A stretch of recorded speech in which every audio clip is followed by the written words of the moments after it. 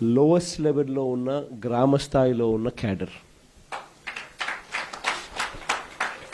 నిజంగా ఇంత కమిటెడ్గా ఒక ఉద్యమాన్ని మనస వాచ కర్మన దీన్ని ఎట్టి పరిస్థితుల్లోనూ కూడా ఈ ఉద్యమంను ఈ స్ఫూర్తిని ప్రజలు ఇక్కడ చెప్పే ఈ గళాన్ని ఖచ్చితంగా వినిపించేట్టుగా చేయాలి.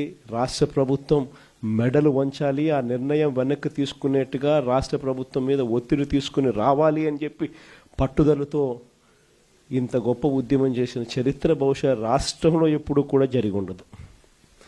నిజంగానే అందరికీ కూడా ఇక్కడ నుంచి మొదలు పెడితే గ్రామ స్థాయిలో ఉన్న ప్రతి కార్యకర్త దగ్గర వరకు కూడా ప్రతి ఒక్కరికి కూడా మనస్ఫూర్తిగా కృతజ్ఞతలు అభినందనలు రెండు కూడా తెలియజేస్తా ఉన్నాను. దాదాపుగా 1,04,11,136 సంతకాలు ప్రతి జిల్లా నుంచి బయలుదేరిన ఈ నెంబరు మన దగ్గరికి వచ్చిన నెంబరు ఈరోజు గవర్నర్ గారికి మనం చూపించబోయే ఈ సంతకాలు ఆల్రెడీ బహుశా చూపించే కార్యక్రమం బహుశా మొదలై ఉంటుంది. ఆల్రెడీ బండ్లను మనం ఫ్లాగ్ ఆఫ్ చేసినాము. ఆ బండ్లన్నీ గవర్నర్ గారి ప్రెమిసెస్కు ఆల్రెడీ చేరాయి. అక్కడ గవర్నర్ గారి సిబ్బంది ఆ సంతకాలు పెట్టిన వ్యాన్స్ను అంతా కూడా వాళ్ళు చూస్తూ ఉండింటారు. బహుశా 1,04,11,136 సంతకాల 1,04,11,136 సంతకాలు చేసిన పత్రాలు ఈరోజు నిజంగా ఇదొక ఘటం, చరిత్రలో నిలిచిపోయే ఒక ఘటం. ఈరోజు నిజంగా చంద్రబాబు నాయుడు గారు తన ఈ మధ్యకాలంలోనే నిన్ననే కలెక్టర్ల సదస్సు జరుగుతూ ఉన్నప్పుడు తన నోట్లో నుంచి వచ్చిన కొన్ని మాటలు ఆశ్చర్యం కలిగించాయి. ప్రజల్లో గ్రాఫ్ చాలా పడిపోతూ ఉంది, దానికి కారణం కలెక్టర్ల పనితీరు సరిగ్గా లేదు అని చెప్పే పరిస్థితిలో చెప్తా ఉన్నాడు. పొద్దున పేపర్ చదివితే అయ్యో అని మొత్తుకున్నట్టు. కలెక్టర్ల గ్రాఫ్ బాగాలేక కాదు స్వామి, నీ గ్రాఫ్ బాగాలేక పడిపోతా ఉంది. నీది అనేది నీకు అర్థం కావడంలా. నీ హయాంలో నువ్వు వచ్చిన తర్వాత ప్రజలకు ఏదైనా మంచి జరిగిందా అని అంటే ఒకటే మంచి జరగల. చంద్రబాబు నాయుడు గారు ఈ 18 నెలల కాలంలో దాదాపు 18 నెలలే ఉంది. ఈ బడ్జెట్ వస్తే మూడో బడ్జెట్ ప్రవేశపెడతా ఉన్నాడు. ఈ మార్చిలో తాను ప్రవేశపెట్టబోయేది 3వ బడ్జెట్. అంటే మొత్తం 5 బడ్జెట్లు ప్రవేశపెట్టే అవకాశం ఈ ముఖ్యమంత్రికైనా ఉంటుంది. అలాంటిది 3వ బడ్జెట్ ప్రవేశపెడతా ఉన్నాడు ఈ మార్చిలో. అంటే 2 బడ్జెట్లు అయిపోయినాయి, అంటే 2 సంవత్సరాలు అయిపోయినాయి. ఈ మార్చి వచ్చేసరికి 3వ బడ్జెట్ కూడా ప్రవేశపెడతా ఉన్నాడు. మరి ఈ 2 సంవత్సరాలు ఈ కాలంలో 2 బడ్జెట్లు ప్రవేశపెట్టి దాదాపుగా 2 సంవత్సరాలు అయిపోవస్తా ఉన్న ఈ కాలంలో ప్రజలకు ఏదైనా మంచి జరిగిందా అని అంటే బోర్డు సున్నాగా అనిపిస్తుంది. అంతవరకు ప్రజలకు అందుబాటులో ఉండే అన్ని స్కీములు రద్దయిపోయినాయి. మన ప్రభుత్వ హయాంలో టెన్షన్గా ప్రతి నెల బహుశా ఏ ప్రభుత్వంలో ఇప్పుడు జరిగిండదేమో ఏ నెల ఏ స్కీమ్ ఇవ్వబోతున్నాము, ఏ నెల ఏ బటన్ నొక్కబోతున్నాము అని చెప్పి ముందుగానే ప్రజలకి క్యాలెండర్ ఇచ్చి ఆ క్యాలెండర్ను అమలు చేసిన పరిస్థితి బహుశా దేశ చరిత్రలో ఎక్కడ కూడా బహుశా జరిగిండదు. అలాంటి మన పాలన చూసి చంద్రబాబు నాయుడు గారు అవన్నీ చేయడమే కాకుండా ఏముంది జగన్ చేసే పని ఎవడైనా చేయొచ్చు, ఇంట్లో ముసలోళ్ళైనా చేయొచ్చు అని చెప్పి అన్నాడు.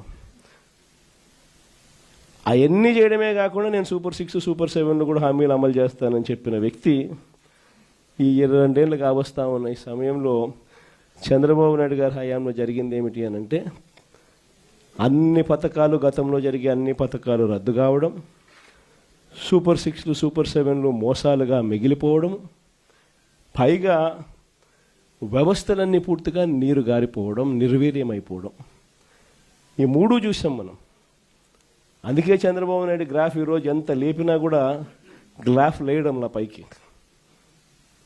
ఎందుకనంటే అన్ని అబద్ధాలు అన్ని మోసాలు అని చెప్పి ప్రజలకు అర్థమైపోతూ ఉంది, కనిపిస్తూ ఉంది. కాబట్టి అసలు మొట్టమొదటిసారిగా వ్యవస్థలన్నీ కూడా కుప్పకూలిపోయిన పరిస్థితి చూస్తూ ఉన్నాం. ప్రజలకు సంబంధించిన ఆరోగ్యశ్రీ తెరమరుగైపోతూ ఉంది. ప్రజలకు సంబంధించిన ఫీజు రీయింబర్స్మెంట్, పిల్లలకు సంబంధించిన ఫీజు రీయింబర్స్ బకాయిలతో పిల్లలు చదువులు ఆగిపోతూ ఉన్నాయి. ఏ రైతుకు గిట్టుబాటు ధరలు రాని పరిస్థితి. సూపర్ 6 సూపర్ 7తో అన్ని రకాలుగా మోసాలు. సో మొత్తం ప్రభుత్వం అన్నది ఎందుకుంది అనేది ఒకసారి గమనిస్తే కొన్ని ఆశ్చర్యకరమైన విషయాలు కనిపిస్తాయి. నాకు కూడా ఒక్కొక్కసారి మీ అందరికీ కూడా ఎప్పుడన్నా అనిపించుంటుంది. దేశమంతా చూస్తూ ఉన్నాం, అన్ని రాష్ట్రాలు చూస్తూ ఉన్నాం. ప్రభుత్వం స్కూల్ ఎందుకు నడుపుతుందో ఎప్పుడన్నా ఆలోచన వచ్చిందా మీకు? ప్రభుత్వం ఎందుకు హాస్పిటల్ నడుపుతుందో, ప్రభుత్వం ఎందుకు ఆర్టీసీ బస్సులు నడుపుతుంది? దశాబ్దాలుగా ఈ బుద్ధగా నేను చెప్పేది. స్వతంత్రం వచ్చినప్పటి నుంచి ఇన్ని చూస్తూ ఉన్నాం మనము. ఎన్నెన్నో రాష్ట్రాలు చూస్తూ ఉన్నాం. అన్ని రాష్ట్రాల్లో కూడా ప్రభుత్వ పని ఏమిటి అని అంటే ప్రజలకు ప్రభుత్వ పని ఏమిటి అని అంటే ఒకవేళ ప్రభుత్వమే స్కూళ్ళు నడపకపోతే, ప్రభుత్వమే ఒకవేళ హాస్పిటల్ నడపకపోతే, ప్రభుత్వమే ఒకవేళ ఆర్టీసీ బస్సులు నడపకపోతే జరిగేదేమిటి? ప్రైవేట్ ఎక్స్‌ప్లాయిటేషన్ అన్నది దోచేసే కార్యక్రమం జరుగుతుంది. పేద మధ్యతరగతి ప్రజలు పూర్తిగా కూడా ఏది కూడా విద్య కానీ, వైద్యం కానీ, పబ్లిక్ ట్రాన్స్పోర్ట్ కానీ ఇవేవి కూడా ప్రజలకు అందుబాటులో లేకుండా పోయే పరిస్థితి ఉంటుంది. వాటికి చెక్ పెట్టడం కోసం ప్రభుత్వం ఇవన్నీ కూడా తాను ఇన్వాల్వ్ అయి తాను నడిపే కార్యక్రమం చేస్తుంది. ఇది మనకు అందరికీ కూడా కనిపించే విషయాలు.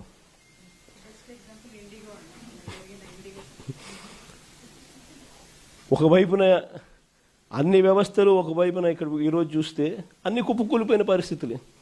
గవర్నమెంట్ స్కూల్ ఎందుకు నడుపుతా ఉన్నది అని చెప్పి అనుకునే ముఖ్యమంత్రి బహుశా చంద్రబాబు నాయుడు తప్ప ప్రపంచ చరిత్రలో ఎవడు ఉండడు. గవర్నమెంట్ హాస్పిటల్ ఎందుకు నడుపుతుంది అని చెప్పి అనుకునే మనిషి ఒక చంద్రబాబు నాయుడు తప్ప ప్రపంచ చరిత్రలో ఏది ఉండడు. మనం ఉన్నాం కాబట్టి ఆర్టీసీ కనీసం బతికింది. కార్మికులందరినీ గవర్నమెంట్లో విలీనం చేశాం కాబట్టి. మనం విలీనం చేయకపోయినా చంద్రబాబు నాయుడు గారు కానీ వచ్చిందంటే ఆర్టీసీ కూడా ఈ పాటికి అమ్మేసి ఉంటాడు. మొన్నేదో ఆశ్చర్యకరంగా ఆయన నోట్లో నుంచి విన్న పోలీస్ శాఖను కూడా ప్రైవేటైజ్ చేసే కార్యక్రమం చేస్తానని నేను.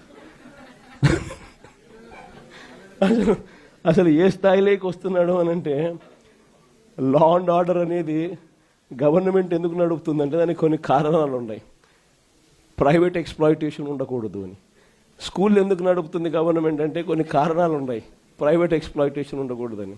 హాస్పిటల్ గవర్నమెంట్ ఎందుకు నడుపుతుందంటే కొన్ని కారణాలు ఉన్నాయి. ప్రైవేట్ ఎక్స్‌ప్లాయిటేషన్ ఉండకూడదు అని. బస్సులు ఎందుకు నడుపుతుందని అంటే దానికి కారణాలు ఉన్నాయి. దానికి కారణాలు ఏమిటి అని అంటే పబ్లిక్ ట్రాన్స్పోర్ట్ విషయంగా పేదలు ఎక్స్‌ప్లాయిట్ కాకూడదు అని చెప్పి. అలాంటిది ఈరోజు అన్ని రకాలుగా ఈ వ్యవస్థ ఒకసారి గమనిస్తే అన్ని వ్యవస్థలు తిరోగమనమే. మరి అన్ని రకాలుగా వ్యవస్థలు తిరోగమనం. ఇంతకుముందు అమలవుతా ఉన్న పథకాలన్నీ రద్దు. నువ్వు చేస్తానని చెప్పినటువన్నీ మోసాలు. మరి ఇన్ని ఘనకార్యాలు నువ్వు చేసినప్పుడు కలెక్టర్ల సదస్సులో నువ్వు కూర్చొని మీ పనితీరు బాగలేదు కాబట్టి ఆయన ప్రభుత్వం మీద చెడ్డ పేరు వస్తుందని చెప్పి నువ్వు చెప్పడం అంటే అసలు ఇంకా వాళ్ళంతా పోయి తలకాయ బండకేసుకొని కొట్టుకోవాలి. ఆ స్థాయిలో ఈ మనిషి బుర్ర పనిచేయడం లేదు, చంద్రబాబు నాయుడు గారి బుర్ర. నిజంగా ఈరోజు 1,04,11,136 సంతకాలు, ఒక హిస్టరీ. నిజంగా ప్రతి సంతకము కూడా ఎక్కడా కూడా పొరపాటు జరగకూడదని, ప్రతి సంతకము సిన్సియారిటీతో ఈ నిర్ణయం వ్యతిరేకిస్తూ అక్టోబర్ 7వ తారీఖున ఉద్యమానికి మనం కార్యాచరణ చేశాం. మీ అందరికీ గుర్తుండే ఉంటుంది. అక్టోబర్ 7వ తారీఖున మొట్టమొదటి బీజం పడింది. అక్టోబర్ 9వ తారీఖున నర్సీపట్నం మెడికల్ కాలేజీని నేను సందర్శించిన. అక్టోబర్ 7వ తారీఖున ప్రజలకు ఉద్యమం గురించి, కార్యాచరణ గురించి వివరిస్తూ అక్టోబర్ 9వ తారీఖున నర్సీపట్నం మెడికల్ కాలేజీని నేను సందర్శించిన. దాని తర్వాత అక్టోబర్ 10వ తారీఖు నుంచి డిసెంబర్ 10 దాకా ప్రతి గ్రామంలోనూ, ప్రతి పట్టణంలోనూ, వార్డుల్లోనూ రచ్చబండ కార్యక్రమాన్ని నిర్వహిస్తూ ప్రజలకు ఈ మెడికల్ కాలేజీల విషయంలో, ప్రైవేటీకరణ విషయంలో ప్రజలు నష్టపోతూ ఉన్నది ఏమిటి అని చెప్పి సువివరంగా ఎక్స్ప్లెయిన్ చేస్తూ, ప్రజలను ఈ సంతకాల సేకరణలో భాగస్వాములను చేస్తూ, ప్రజలు ఏ రకంగా చంద్రబాబు నాయుడు తీసుకుంటా ఉన్న ఈ నిర్ణయాల వల్ల నష్టపోతారు, ప్రజలు ఎలా నష్టపోతారు అని చెప్పి సువివరంగా ప్రజలకు ఎక్స్ప్లెయిన్ చేస్తూ జరిగిన కార్యక్రమం ఇది. నిజంగా ఒక ప్రైవేట్ మెడికల్ కాలేజ్ జిల్లా కేంద్రంలో ఒక గవర్నమెంట్ మెడికల్ కాలేజ్ ఒక జిల్లా కేంద్రంలో వస్తే అక్కడ ఉట్టి మెడికల్ కాలేజీలో ఉన్న సీట్లే కాదు, ఆ సీట్ల వల్ల లోకల్గా మన పిల్లలు గవర్నమెంట్ డాక్టర్లుగా అక్కడే కనిపిస్తారు అనేది ఒక ఆస్పెక్ట్ అయితే, ప్రైవేట్ కన్నా తక్కువ ధరకే మన పిల్లలు చదివి బయటకు వచ్చే పరిస్థితి ఉంటుంది అన్నది ఒక ఆస్పెక్ట్ అయితే, అన్నిటికన్నా ఇంకా పెద్ద ఆస్పెక్ట్ ఏమిటి అని అంటే, ఈ మెడికల్ కాలేజీల వల్ల, వీటితో పాటు వచ్చే టీచింగ్ హాస్పిటల్ వల్ల, ఆ ప్రతి మెడికల్ కాలేజీ వల్ల, ఆ టీచింగ్ హాస్పిటల్ వల్ల ఏకంగా మల్టీ స్పెషాలిటీ, సూపర్ స్పెషాలిటీ సేవలు ప్రజలకు ఉచితంగా హాస్పిటల్లో అందుబాటులోకి రావడం. అంటే మా కడప అయితే ఫర్ ఇన్స్టెన్స్ ఒక ఎగ్జాంపుల్, బహుశా ఏది తీసుకున్నా కూడా ఇదే మాదిరిగానే ఉంటుంది. ఒక జిల్లా కేంద్రంగా ఒక మెడికల్ కాలేజ్ తీసుకొచ్చినాం అంటే ఒక 70 కిలోమీటర్లు ఇటు అటుగా మొత్తం జిల్లాలోని అన్ని ప్రాంతాలు కూడా కనెక్ట్ అవుతాయి.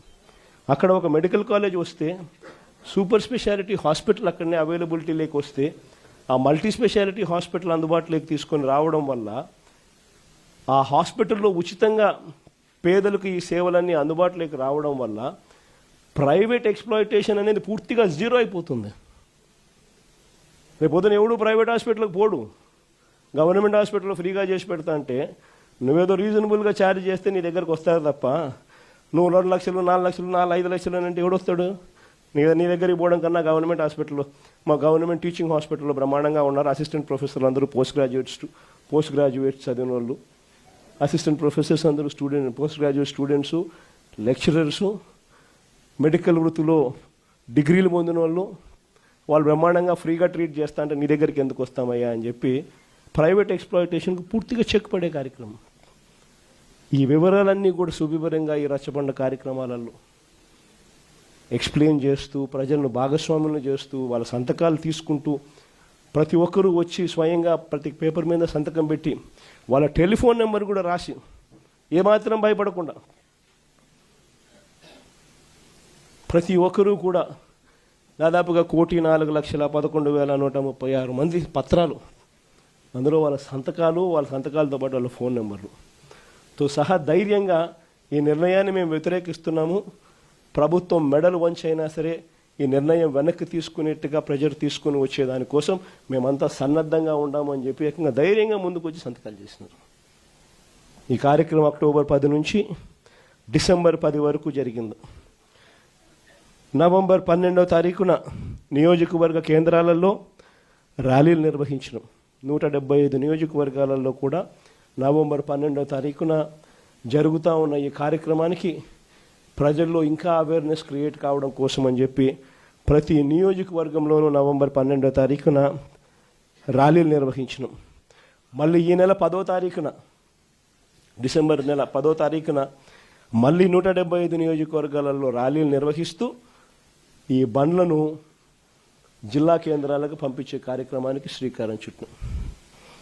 మళ్ళీ ఈ నెల 15వ తారీఖున జిల్లా కేంద్రాలలో కూడా ఇదే రకమైన ర్యాలీలు నిర్వహిస్తూ ప్రజల్లో అవగాహన, అవేర్నెస్ క్రియేట్ చేస్తూ ఇక్కడ నుంచి జిల్లా కేంద్రాల నుంచి ఏకంగా ఈ బండ్లు మన దగ్గరికి వచ్చే కార్యక్రమానికి శ్రీకారం చుట్టడం జరిగింది.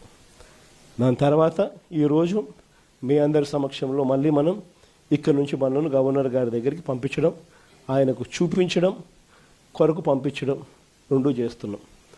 గవర్నర్ గారికి ఒక్కసారి పత్రాలన్నీ చూపించిన తర్వాత, ఆయనకు చెప్పిన తర్వాత, చూపించిన తర్వాత ఈ పత్రాలన్నీ కూడా కోర్టు ద్వారాలు కూడా తడతాయి.